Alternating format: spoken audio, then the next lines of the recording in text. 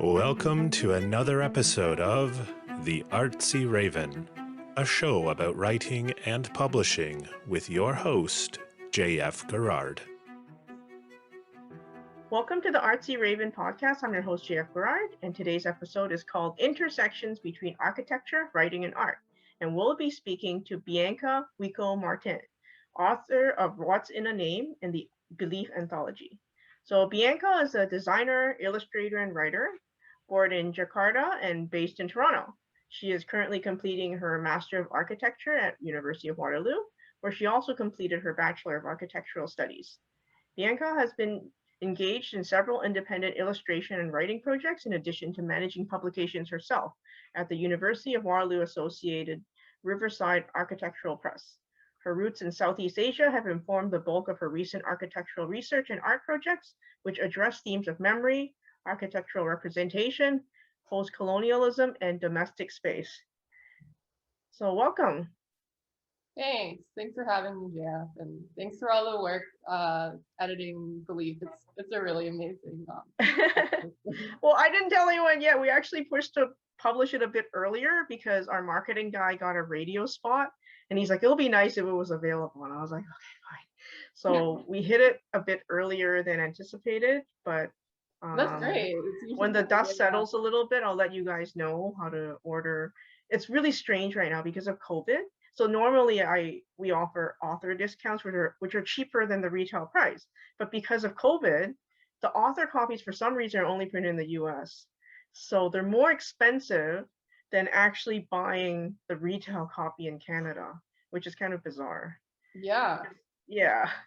And I actually ordered proof copies to, review, but they still haven't come because it's not an essential item. So they're putting restrictions and the shipping is crazy. But anyhow, we'll talk more about that later. Yeah, I don't say that way. So can you tell us a little bit about yourself and how you started writing? Sure. So I guess you went over the basics, but I studied architecture, and I think that bleeds into a lot of the other media I work with, like writing and drawing and painting. I dabble a little bit in web design and that kind of coding. But I got into writing pretty early on, I'd say, or not professionally, but it was always the first occupation that I seriously had in mind as like a dream job. When I had those website recovery password fields, and they asked what was your first aspiration when you were younger, it was always like author or veterinarian, I think. So. I don't know if you should be telling us that if anyone's trying to hack your account, but yeah, you're right. Sorry, redacted. Okay. But your background, you ended up in architecture, like in school, instead of writing. I guess, was there a reason why that happened? Yeah, I mean, my love for writing wasn't really consistent. I guess I started out with that dream and that aspiration, but I think I lost interest in high school or university, and I guess became more invested in art. And then architecture, by the time I finished high school, just seemed something so untouchable, I guess, and had so many questions I wanted answered. And now that those questions are answered, I guess I'm diving back more into writing, which also offers those possibilities. But yeah, I guess that's basically. Well, it's funny. I was having a talk with my friend, and she was talking about, let's say, Leonardo, how he was an artist, but he was also a writer and a scientist. So, people were moving in and out of fields.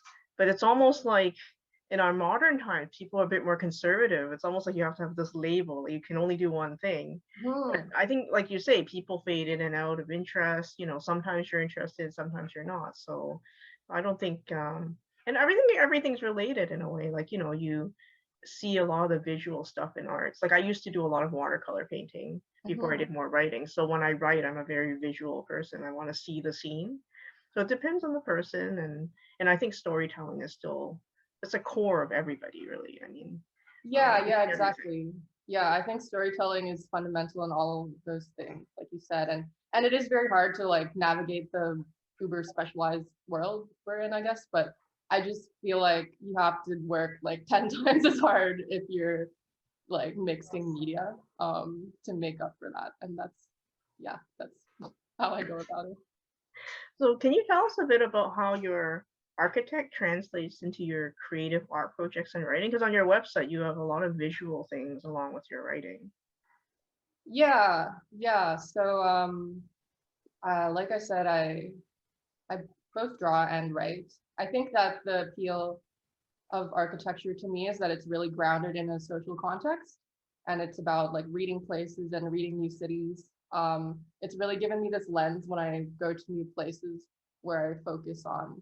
I just always like look out the window and like look at what the building face or just any designed object can kind of tell me about the surroundings. And I like to incorporate that um, consciousness or curiosity into my writing and art. I think drawing and writing can be ways to um, like grasp abstract or complicated things that are hard to understand on like first glance. So in your bio, it was a bit of a mouthful to talk about the memory, architectural representation, and all that stuff. So how come these are some of the themes that you want to talk about in your work? Yeah, they're pretty hard themes at times. Like I think that in my work, I try to form allegiances or, not work in this stereotypical like locked up, sealed up art studio, like alone kind of thing. And so I want to contribute to things that are emergent in our society. I think that all those themes, what they have in common are they're part of this like upheaval of norms in our society. So for architectural representation, that's about drawing standards. And for example, like perspective in drawings is pretty Western, and we take that for granted. If you look at like Eastern paintings and stuff like that, postcolonialism, pretty self-explanatory. And I think just writing about micro narratives rather than grand narratives. All of those things go into memory, postcolonialism, domestic space. Yeah. Have you gone back to Asia to look at architect there to see the differences between like the pre and post colonialism in certain places? Yeah, so when I was growing up, I went back to Indonesia pretty often. It was like every 3 years or so. Then we stopped because it was like super expensive. Instead, it's like a 24-hour flight or something. So in those days, I wasn't really paying attention to architecture. Like I don't have that natural aptitude for it. My parents are architects, but I went back to Manila in 2019, thankfully before the pandemic, and it actually was a stepping stone in this guidebook project I now have for architecture in Manila. But I just think Manila architecture is so fascinating because there's so many different influences that are colonial that are kind of absorbed into the landscape, and it's like it obfuscates what Filipino architecture is. But that's super interesting to me, as opposed to places like, I don't know, Bali and other places in Indonesia that are a bit more exoticized in terms of architecture. So when you get an idea, like what makes you decide to make a piece of art with it versus writing? Yeah, that's a good question. I was thinking about this a little bit earlier, and I think that so I keep a journal. Like this is, and a lot of it is writing, as you can see. So I think I write about things that I'm less certain about, and kind of just let the words flow. When I'm drawing, I do discover things along the way occasionally, but I think I have to be pretty solid on what the subject matter is because my style isn't super abstract, if that makes sense. Because I see some of your drawings, they're more like ink drawings, right? Like you use a pen, and because then I know some other artists, I think they do the outline and then they do the coloring digitally. and then they sell it as a digital art piece. So I don't know if you dabbled in both, or are you a traditional artist? Yeah, I mean, I've been reading all the NFT buzz, so I'm like, Yeah, I know. Make your first really million. yeah, I had reservations about it at first, and I don't really know how to feel. I think I read it or I listened to a Beeple interview, which was really interesting. But anyways, I do mix like digital media. Like I take everything into Photoshop, um and there's just a lot more possibility for like layering and just additive stuff. I do think it's really hard to simulate texture on Photoshop. Like I really love the texture of gouache and canvas and all that. And then of course in my education, I did use like rendering tools for work. Yeah. I mean, I think some people, like digital art is still so new in a way. I don't think it's as valued almost as like a traditional oil painting, right? Like, because you could see it, whereas digital is like it's just a picture. And with the whole NFT things, it's quite fascinating how much value has been put on like a flying cat GIF or something. $600,000. Yeah. Yeah, my magic was like a little pixel. That's Yeah. yeah. I used to go on video game forums when I was a kid, which is just like my generation, and I would make these little sprites on MS Paint, like pixel by pixel. Yeah. So yeah, I don't think it's new at all. Oh my goodness. So do you have any advice for people starting to write and they can't focus? Like how can they finish something? Yeah, so I have practical advice and like more conceptual advice. For me, I do go back and forth between a lot of writing platforms. So I'll start with a notebook. I'll go on Scrivener or something, and then I'll even like lay things out visually just to give myself a boost. And I think that switching those between those media is always motivating, and you can kind of uncover some mistakes or other things you wouldn't have noticed without the switch. And then besides that, on a more like spiritual level, I think just reading great authors and getting inspired by their stories. There's this political figure, Jose Rizal, in the Philippines, who basically began a revolution with his writing. So I think that really gets me pumped. So what's your most favorite piece you've created so far in your writing or artwork, do you think? Well, I don't think it's not finished, but right now, my master's thesis is actually a project that I feel really passionate about and is kind of synthesizing elements of writing and drawing, even a bit of web design. And it's about a house, so it is like fundamentally architectural, but yeah, it's called The White House, and it's about my father's ancestral house. And I kind of began with this anachronistic story about my family members, about the different occupation forces in the house in a very poetic way. And then I drew pictures for that. And now I'm trying to like make it into a real thesis. But yeah, I'll let you know when it's finished. You write more in like a literal, almost like a realistic, like a literal style, right? I'm a spec fic writer, so as soon as you said house, I was like, oh, is she gonna have any ghosts in there or anything like that?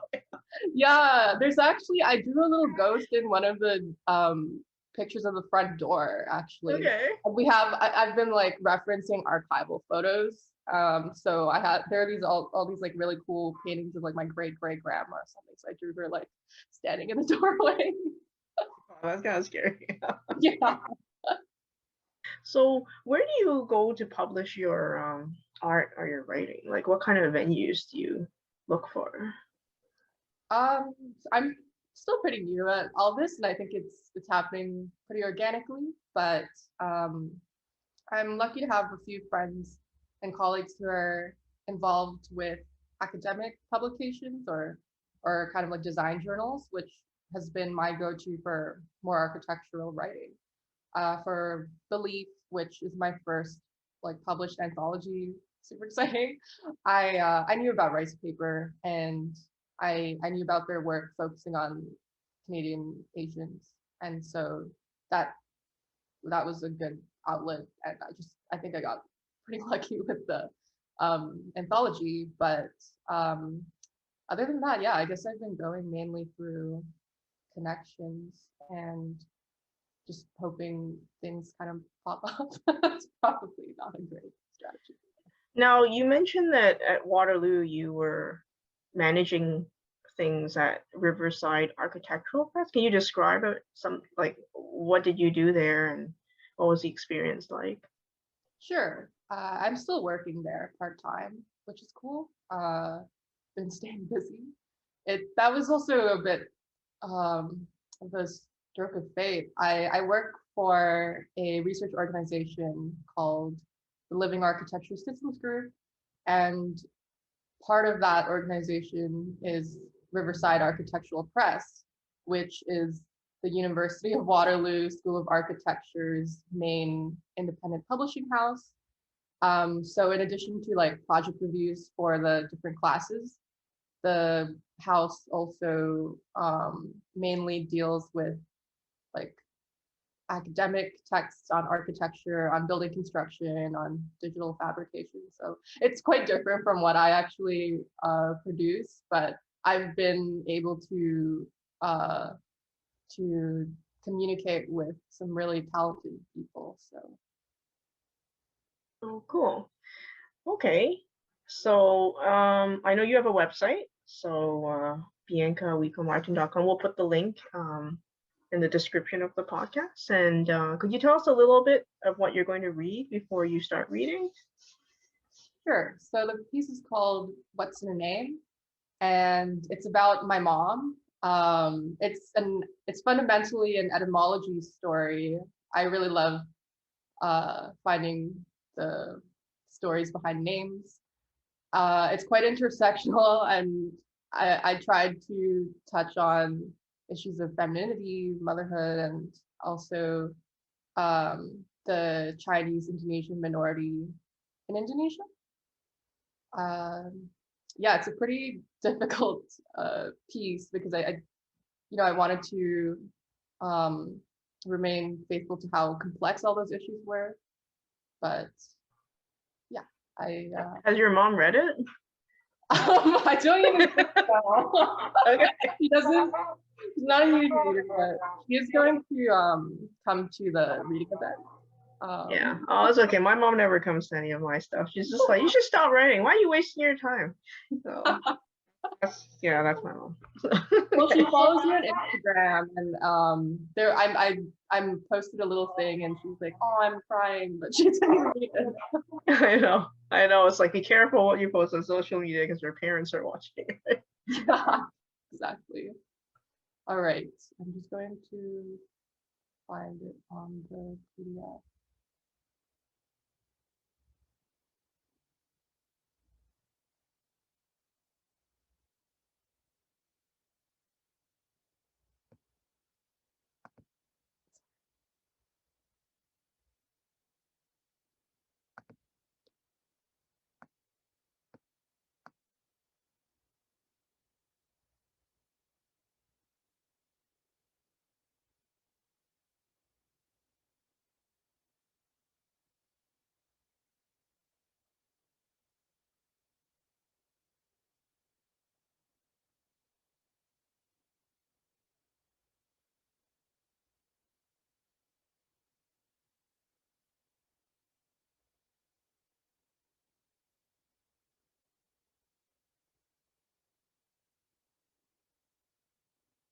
Okay, sorry. What's their name? Bianca means white. My parents gave me this name because of the color of my skin, or more precisely, the relative lightness of this color compared to all the other babies born in the Jakarta hospital, Rumah Sakit Bunda, in 1996. I can picture the room, which in my mind is a field of little baby beds, a body, mine, swaddled in clinical fabric and fleece, and the face which sticks out pale and strange among a sea of tan. The babies that surround me would have sun-kissed cheeks before the sun even had the chance to meet them. At the age of 4, we moved to Canada, and my early life in Jakarta receded into a dream of some tropical, faraway world. My mom's name is Wawa Chong. As a child, I hated it. I thought the sound of Wawa was strange, and saying it only further alienated me from the cool, smooth Scarborough kids whom I was so desperately trying to assimilate with. When asked about my mother's name, I would, hilariously, reply with a nervous Florentina, her Catholic baptismal name. Wawa is actually a simplified version of her full name, which is Chianhua, Wawa becoming Wawa. Of course, I didn't understand any of these seemingly arbitrary naming conventions back then. While I grew up speaking Indonesian with friends, family, and strangers, I felt confused at home when my mom and her siblings spoke a third language, Hokkien, whose sounds I did not recognize. Chong is my mom's surname. That's probably Chinese Mandarin. I've always found it interesting how fluid family names can be outside the Western world. They are malleable, mutable, shifting silently to suit the language needs of the colonizer. Family names that read like palimpsests of power relations rather than inheritance. In Indonesia, ethnic Chinese people who had been living in the country for centuries were forced to change their surnames to those which better matched the Indonesian language under the Suharto regime. My mom's surname, however, had undergone Dutch colonial Romanization before Suharto's New Order period, and perhaps for this reason was exempt from the demands of the name change policy. But at this time in Indonesia, retaining even a hybridized Chinese name instead of dropping it entirely was cause for fret. Hua, as in Qianhua, typically means flower, delicate and beautiful. But in my mom's case, it served the double purpose of recalling a ship named Changhua. My mom was born in 1966, the year Suharto took power. In the wake of this ominous political change, thousands of Chinese Indonesians packed themselves into the Changhua to return to China, my uncle being one of them. Though my mother was named after this historic vessel, it was not her but her eldest brother who went on board to seek refuge in his homeland. My mother remained with her siblings and parents in Indonesia.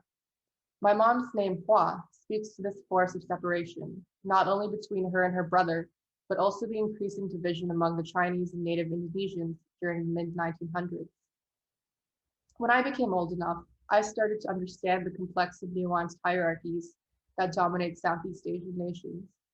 Religion, class, degrees of separation from colonial powers, and natives determine whether people were categorized as elites or minorities. Living in Canada, thousands of kilometers away from Indonesia, such fine-grained identity politics didn't concern me until one night when my parents picked me up from Pearson Airport. I just spent my first summer by myself in Indonesia. When I got into their car, I repeated to my mom what I heard from the native Indonesians, whom I spent most of my time with there, something which I was certain at the time did not include me. Did you know that the Chinese in Indonesia are greedy and materialistic and take up positions of influence in a country not their own?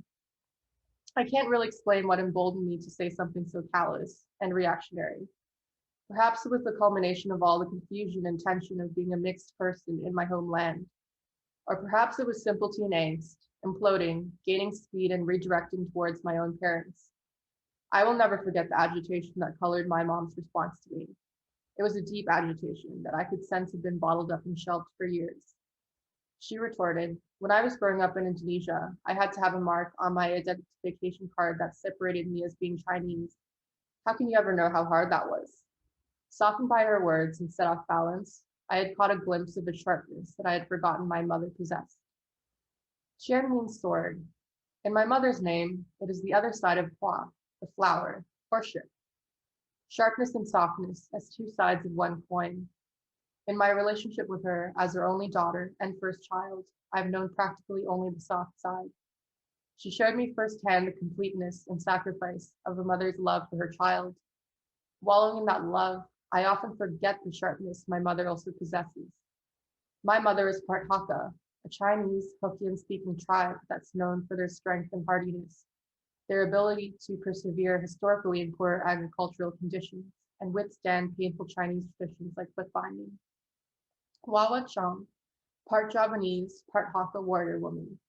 I would only hear about her sharpness and strength in distant stories from the past, scolding my father into sobriety after having too much to drink, rejecting past lovers that came before my father, moving halfway across the earth to a mid-sized town in Canada, making herself heard and understood in the face of white Canadians who dismissed her because of what she lacked in English, braving the new sensations of cold and anonymity, prizing nothing more than her children and their growth. In that car ride home from the airport was the first time in a long time I'd caught a glimpse of this trait. Since then, I began thinking more critically about my ethnic ties to Indonesia and how my mother must have been formed and tempered by the experience of growing up as part of a scapegoated minority. Whereas my mother grew up in Indonesia in a time of explicit discrimination and even massacres, I was safe and sheltered in a period of relative flux. I spent my childhood tormented by the need to find ways to avoid admitting the sounds of my mother's name. This must have paled in comparison to what my mother experienced growing up in Indonesia. She filled my childhood with affection and care, her laughs and remarks lighting up all the homes we shared. She had an uncanny ability to fully grasp and feel within herself any pain I experienced, even when I could only express myself with minimal words. Like some magical telepathic witch doctor, she detected and healed migraines and gas pains that it regularly overtook my body, and massaged out the burps with cajeput oil and strange ointments. As I grew up into the world of Western academia, I developed a system of values that seemed to conflict with my respect for my mother. Through elementary and high school, I excelled in classes and was taught to praise quantifiable forms of knowledge and intellect. In architecture school, I learned to aspire to boldness, love assertion, and take up space as a young and exemplary and dependent woman who could lead and innovate in a field where generations ago only men dominated. My female role models were those who read and researched, debated eloquently, and ran their own firms and finances. As a result, the image of my mother as supreme matriarch shrank to a simple woman swept up incidentally in the plan of her husband's immigration to Canada. I had the embodied understanding of her ruling a household gracefully, in tandem and in opposition to the breadwinner role relegated to my father. The nebulous image of her loving rule did not fit cleanly into the cookie-cutter shape of an emancipated woman. While my mom was still infinitely loving and good, I couldn't talk to her about new and exciting things I learned at school. This growing intellectual distance between us seemed at odds with the inherent understanding which I felt we had always shared. Eventually, I started feeling frustrated with her and frustrated with who I was becoming and what place I might have in my own unit of society. If my family seemed to function so perfectly at the reign of this immaculately feminine mother figure, what could I ever offer as I strayed farther and farther from the role model set before me? I aspired to surpass her in all the ways I'd observed in my new role models, in school, at work, in financial literacy, in my ability to articulate myself through spoken word and on paper. I started thinking of my mother as weak because she was loving, and dumb because she never patronized others. I boasted the feat of being cleverer than her, even though it was her who had channeled all her resources into ensuring I could become the best that I could be. But I also thought about how my mother can speak 4 languages and about the deep understanding and sense of empathy that allows her to connect with people from all walks of life. Everything I love about myself, everything others love about me, I've learned from her. Most people placed under similar circumstances as my mother would have become spiteful and closed off. But my mother beat presumptions in Indonesia and became an adaptive and loving person instead. From time to time, I step back from what I've learned from Western academia and artsy intellectuals to remember the numerous varied ways in which intelligence and strength manifest themselves. At the moment, I'm learning that these are things that are impossible to measure and often easy to dismiss, much like the love of a mother or the character gleaned from a lifetime of negotiating between multiple identities in the Southeast Asian nation under strife. Sometimes a name is enough to remind me of all these things. Hua recalls the outward softness of a flower and the resilience that it can mask. This is the name that bears witness to a history of discrimination, separation, and cultural vandalism. Bianca is simply something that came out of all this, a bit of white that didn't completely belong, a blank slate now rich with all the lessons of her mother and the life she gave.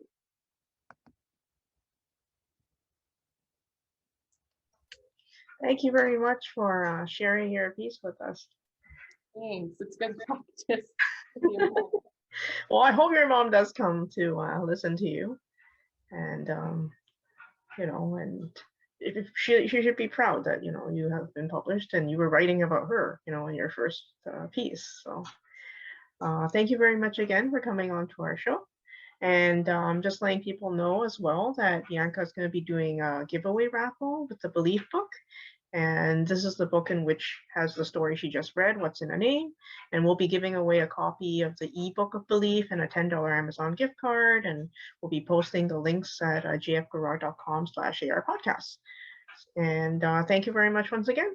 So have a good day today. All right, bye. Yeah. Thanks for having me. For more upcoming episodes of the Artsy Raven about writing and publishing, visit us at jfgarage.com/AR podcast. A reminder to Patreon subscribers that there is bonus content available for every episode on the Patreon website. If you enjoyed the show, you can show your appreciation by buying us some digital coffee. The Artsy Raven is produced by JF Garrard. The voice in the show's introduction is Chris Gorman, and music is by Tim Moore. Thank you for tuning in. Until next time, stay safe.